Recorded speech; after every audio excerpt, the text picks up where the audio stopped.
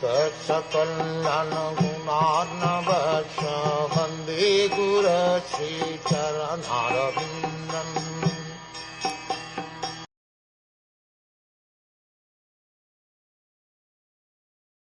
Thereafter, in order to resume the activities of sacrifice, the Brahmins first arranged to purify the sacrificial arena of the contamination caused by the touch of Virabhadra and the other ghostly followers of Lord Shiva.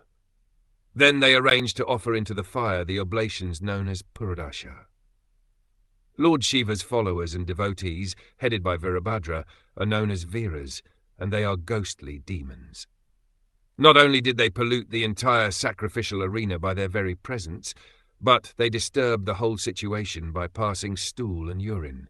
Therefore, the infection they had created was to be first purified by the method of offering Purodasha oblations.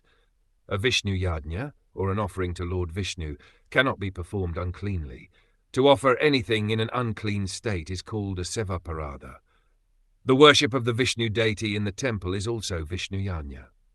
In all Vishnu temples, therefore, the priest who takes care of the Arcana Vidhi must be very clean. Everything should be always kept neat and clean, and the foodstuffs should be prepared in a neat and clean manner. All these regulative principles are described in the Nectar of Devotion. There are 32 kinds of offences in discharging Arcana service. It is required, therefore, that one be extremely careful not to be unclean. Generally, whenever any ritualistic ceremony is begun, the holy name of Lord Vishnu is first chanted in order to purify the situation.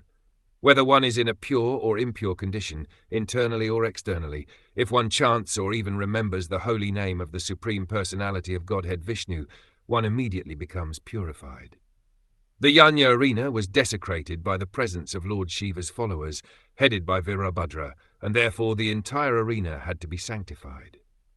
Although Lord Shiva was present and he is all auspicious, it was still necessary to sanctify the place because his followers had broken into the arena and committed so many obnoxious acts. That sanctification was possible only by chanting the holy name of Vishnu, Trikapala, which can sanctify the three worlds. In other words, it is admitted herein that the followers of Lord Shiva are generally unclean. They are not even very hygienic. They do not take baths regularly. They wear long hair and they smoke ganja. Persons of such irregular habits are counted amongst the ghosts. Since they were present in the sacrificial arena, the atmosphere became polluted, and it had to be sanctified by Trikapala oblations, which indicated the invocation of Vishnu's favour.